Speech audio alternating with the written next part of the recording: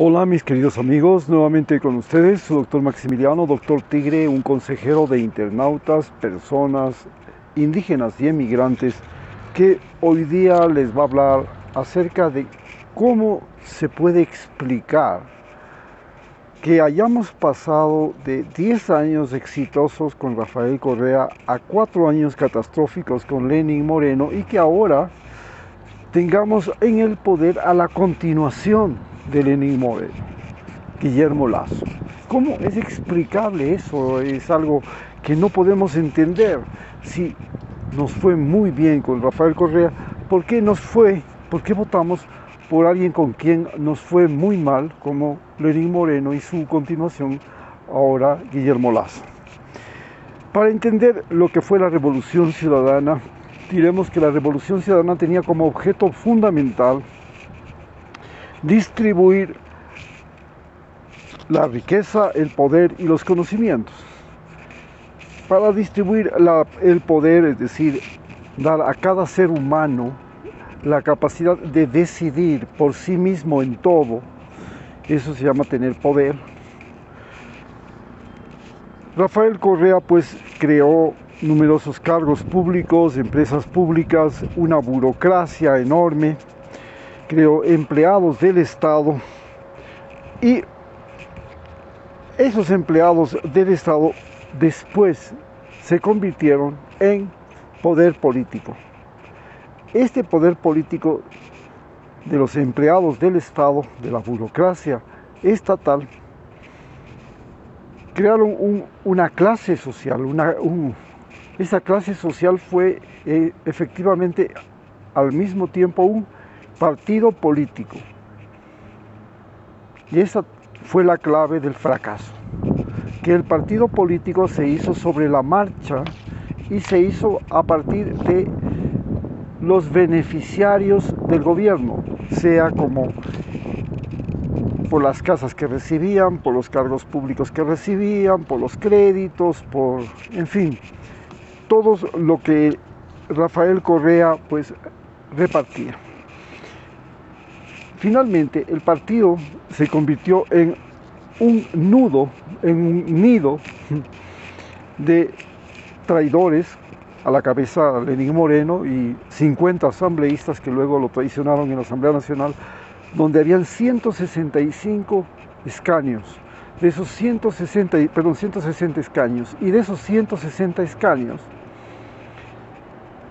75 fueron ganados por Alianza País, y Alianza País se dividió, 25 quedaron con Correa y 50 pasaron al lado de Lenín Moreno. Por eso decimos que Alianza País en sí, el país, el partido, se convirtió en un nido de traidores. Pero además, el mismo sistema que rodeaba a Rafael Correa, él estaba rodeado de esbirros, de ladinos, y estos esbirros y ladinos pues estaban dispuestos a todo con tal de ser complacientes, haciéndole creer a Rafael Correa todo, que era el mejor presidente del mundo, el mejor presidente de la historia del Ecuador, el mejor presidente de todo, empezando por Lenín Moreno, que dijo eso. Y al hacerle creer, al bajarle pajaritos en el aire, entonces Rafael Correa pues mostró sus espaldas, y cuando apenas dio la espalda, le clavaron la puñalada trapera. Si tuviéramos que recomendarle a el nuevo presidente y posible ya hasta ahora el presidente de Perú, a menos que la CIA, el sistema judicial peruano y la embajada norteamericana logren, junto con los medios, logren algo que es absolutamente increíble, como lo que pasó en Ecuador, que después de haber tenido un pésimo gobierno, votamos por la continuación del pésimo gobierno. No podríamos decir sino que Pedro Castillo es el próximo presidente, y lo más grave que puede pasarle a Pedro Castillo es justamente el que cree muchos cargos públicos, muchos empleados públicos, mucha burocracia, muchos empleados del Estado, y que finalmente esos empleados del Estado se conviertan en poder y esos empleados del Estado sean esencialmente sus esbirros, sus ladinos y sus cepillos. Era tan claro esto que nosotros, yo era médico del Seguro Social Campesino, no alcanzaba a entender por qué mi jefe era un individuo graduado en administración de empresas en la peor universidad que vi en ese momento en el Ecuador, la Universidad Técnica de Esmeraldas, que ni siquiera había recibido calificación de universidad. Había sido rechazada su calificación por la CNESID para ser calificada como universidad. Y gente de esa universidad era mi jefe. Y no eran médicos, pero eran parte de ese entorno de Rafael Correa, y en este caso más que de Rafael Correa, de uno de sus esbirros más cercanos, que dirigió el IES. Fueron 2 esbirros, 2 directores del IES y los 2 traicioneros. Entonces uno se daba cuenta de que algo andaba mal, ¿no? Ahora, la Revolución Ciudadana también procuró la distribución de la riqueza, y la distribución de la riqueza la hizo a partir de un nuevo uso del espacio físico, es decir, un nuevo uso del territorio ecuatoriano. El territorio ecuatoriano, pues, igual que los territorios del resto de América Latina, habían sido prácticamente propiedad de los terratenientes y los dueños de minas, y luego pasaron a ser las ciudades propiedad de los industriales y comerciantes, en tanto que los puertos, pues, de los exportadores. Es así como estaba el Estado ecuatoriano.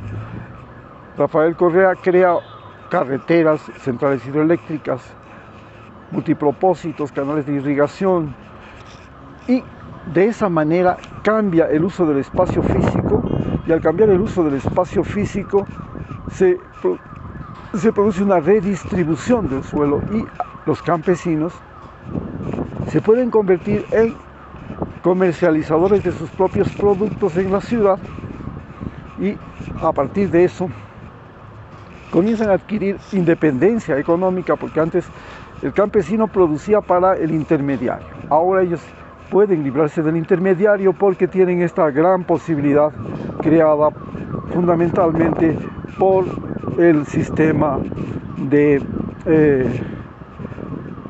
como les digo, de la redistribución del espacio.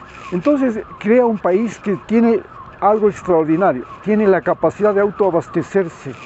Esta capacidad de autoabastecerse ha sido básica porque Venezuela no pudo hacer eso. Venezuela siguió siendo un país sin capacidad de autoabastecimiento, y esta incapacidad de autoabastecimiento es la que le ha llevado a la crisis que está sufriendo ahora. Simplemente un bloqueo económico, y con la falta y la incapacidad de autoabastecimiento, pues Venezuela creó una crisis por el bloqueo, y esta crisis generó un gran efecto migratorio. Entonces logra tener una redistribución del uso del espacio físico, pero por supuesto quiere ponerles impuestos a los terratenientes y a los más ricos, y en ese momento se da cuenta que los medios de comunicación, los terratenientes, los banqueros, los industriales eran uno solo, eran un grupo, un clan, que tenían relaciones no solamente de tipo comercial, de tipo monetario, sino que inclusive tenían relaciones familiares. Era casi una relación consanguínea. Se casaban entre ricos, se juntaban entre ricos y formaban alianzas entre ricos. En el momento en que intentó un reordenamiento del uso del suelo y la redistribución de la propiedad de la tierra, se enfrentó con que hubo una reacción inmediata, porque, como vuelvo a repetir, las ciudades eran propiedad de los medios de comunicación, de los banqueros, de los industriales, los campos eran propiedad de los agroindustriales terratenientes, especialmente agricultores, ganaderos, plantaciones de palma africana, de flores, y los puertos eran propiedad de los exportadores. Luego vino pero hubo un problema. Cuando Rafael Correa crea las centrales hidroeléctricas, las centrales multipropósito de regadío para evitar las inundaciones, Rafael Correa al mismo tiempo convierte a la infraestructura estatal, a los servicios públicos, en botín. Y entonces cuando llega Lenín Moreno, lo primero que quieren repartirse es la refinería, luego quieren las centrales hidroeléctricas, luego quieren los multipropósitos y finalmente ahora pues van a querer los puertos, los aeropuertos, hasta terminar en el peaje de las vías, ¿no? Las vías comienzan a convertirse también en un motivo de lucro. Entonces todo el país, toda la infraestructura que crea Rafael Correa se convierte en botín político. Y cuando llega Lenín Moreno, ese botín político empieza su privatización, las privatizaciones apadrinadas por el Fondo Monetario Internacional con la finalidad de reducir el tamaño del Estado, es decir, el número de empleados públicos a los que hay que pagarles. Y esto crea un país botín. Ecuador se convierte en un país botín en el que todo, desde los cargos públicos, las empresas públicas, las embajadas, las becas, hasta el servicio de salud, finalmente hasta las vacunas, se convierten en botín político. Llegamos entonces ahora a que Rafael Correa procura también la redistribución del conocimiento. Y la redistribución del conocimiento lo hace a través de unas escuelas y colegios del milenio. Estas escuelas y colegios del milenio se diferencian de las otras escuelas porque son de una infraestructura muy avanzada, tienen laboratorios, bibliotecas, internet. Luego tiene las universidades emblemáticas, y estas universidades emblemáticas comienzan a especializarse. Hay de artes, hay de educación, hay de ciencias naturales, en la Amazonía, y hay la de innovación científico-tecnológica, la YACHAY. Pero estas universidades tecnológicas también se convierten en botín. Y además resulta que la distribución del conocimiento, hay que añadir a esto las 20.000 becas que se dan a los estudiantes para que vayan a estudiar en las 100 mejores universidades, crea un nuevo tipo de seres humanos educados, mejor calificados, que tienen conciencia de estatus, no conciencia social. Las universidades, colegios e inclusive los estudios de las 100 universidades, mejores universidades, lo que le dan a los beneficiarios de esta educación, a los estudiantes, es una conciencia de estatus social. Y todos quieren salir del estatus que están y llegar al estatus superior. Todos quieren ser clase media, ser más consumidores, más propietarios, más ricos, más vanidosos, más derrochadores, viajar por el mundo, darse la buena vida. Y cuando se les dice, señores, ustedes se están educando para servir al pueblo, le dicen, un momento, nosotros nos educamos es para salir nosotros de nuestro estatus social. Nosotros no queremos seguir siendo pobres y nosotros nos educamos para dejar de ser pobres, punto. Que eso de servir al pueblo, eso no, eso déjelo para los países comunistas, allá se educan para servir al pueblo, para eso sí. Aquí no, aquí nos educamos es para tener ascenso social, para poder llamarnos doctor, para poder llamarnos PhD. Y crea un falso concepto de inteligencia, hace creer a todos los ecuatorianos que el más inteligente es el que tiene más títulos universitarios. Como él tenía muchos títulos universitarios y muchos honoris causa, y muchos estudios. Entonces él se consideraba más inteligente, y todos los que pudieran estar a la par de él, inclusive el candidato que fue en las elecciones por él, ¿no? Pues también tenía un montón de títulos. Entonces él consideraba que la inteligencia era eso, y no entendía que inteligencia no es eso. Inteligencia es la capacidad de relacionarlo todo y de tener conciencia, de conciencia personal, conciencia social, conciencia ambiental, conciencia de la realidad. Eso es más o menos una inteligencia. Entonces, a través de lo que fue la distribución de la riqueza, lo que hizo fue crear oportunistas. ¿Qué son los oportunistas? Lo que quieren ahora, los que tienen ahora el poder. Oportunista es lo que es, pues, un virus. Un virus es un oportunista, un parásito es un oportunista. ¿Qué es un oportunista? No es que tengan más inteligencia. El oportunista es el que encuentra la oportunidad. Punto. Puede ser un virus, puede ser un parásito, puede ser un ser humano. Y Lenín Moreno fue el que fue un oportunista, y creando oportunidades. Guillermo Lasso es un oportunista. No es más inteligente, no es más preparado, es simplemente un oportunista. ¿Qué es un audaz? Un oportunista prácticamente podríamos decir es un astuto. Un audaz es diferente, es un individuo que crea una estrategia para llegar a ser lo que quiere ser. Una estrategia para enamorar a la chica, una estrategia para hacer una empresa, una estrategia para conquistar las Américas, para descubrir las Américas, una estrategia para encontrar oro, una estrategia para sembrar, una estrategia para cosechar, una estrategia para traficar droga. Ese es un astuto. El astuto ya es un individuo con inteligencia, el oportunista no. El oportunista es simplemente un individuo que encuentra la oportunidad. Puede ser persona, animal o planta, inclusive hongos. Pero ya el astuto comienza a ser primero, puede ser ya, básicamente son animales y seres humanos. Los astutos son animales y seres humanos.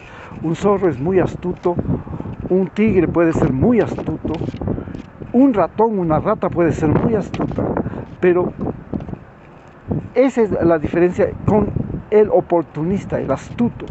Entonces Rafael Correa creó una sociedad, un entorno de astutos, como Lenín Moreno. Hizo toda una trama, se hizo ganar la confianza, después se hizo nombrar candidato y llegó a la presidencia. Él fue un astuto, no un oportunista. Y todos los de Alianza País se convirtieron en astutos. No eran ninguno de ellos inteligente, porque para ser inteligente se necesita otra característica, otra cualidad. Ser inteligente se necesita tener la capacidad de decidir mediante la propia imaginación, la propia creatividad, la voluntad propia, ser dueño de sí mismo y saber exactamente cuáles son sus cualidades, sus capacidades y a dónde quiere llegar. La inteligencia es un estudio, es una relación con todo lo que existe que le permite al individuo decidir acertadamente. No encontrar la oportunidad, no hacerle la trampa y el engaño, es saber poder crear algo. Entonces, un pintor es inteligente, un músico que crea su propia canción es inteligente, un individuo que tiene sus propias opiniones es inteligente, un individuo que sabe prevenir el invierno y sabe guardar las semillas y hace un plan para el verano y para el invierno, el individuo que repara un vehículo y sabe de dónde viene la falla, que puede reconocer los problemas del vehículo, esas son personas inteligentes. Entonces no es que inteligencia era un montón de títulos universitarios, y ahí estuvo gran parte del error. Hoy tenemos que Guillermo Lasso Por el contrario, mientras Rafael Correa quería distribuir la riqueza, Guillermo Lasso está tratando de reconcentrar la riqueza. ¿Y cómo la reconcentra la riqueza? Primero, le interesa por sobre todo las exportaciones. Pero ¿quiénes son los exportadores? Los exportadores son los hombres más ricos del país. Ya tienen siglos de ser exportadores, años, décadas. Y los exportadores al mismo tiempo son importadores, porque cuando son importadores traen productos y luego se convierten inclusive en prestamistas. Le dicen, lleve la refrigeradora y me paga a plazos. Y luego ellos también están muy vinculados a los banqueros. ¿Qué son los banqueros? Los banqueros son individuos que recogen la plata suya, la plata mía, la plata de todo el mundo y se la prestan al más rico. No se la prestan a usted le prestan sí una parte. Por lo general le prestan al individuo que tiene más garantías de pago. ¿Y quién es el que tiene más garantías de pago? El más rico. Entonces un banquero es un individuo que recoge todo el dinero de que puede de todas las personas y se la presta al más rico, al que le da más garantías de pago. Y entonces esto es lo que hace el Lenín Moreno, Guillermo Lasso. Guillermo Lasso es un banquero que quiere que los bancos y que todo el dinero del Estado, los préstamos internacionales, vayan a parar en los más ricos, para que a su vez los más ricos, entre comillas, creen empleos privados.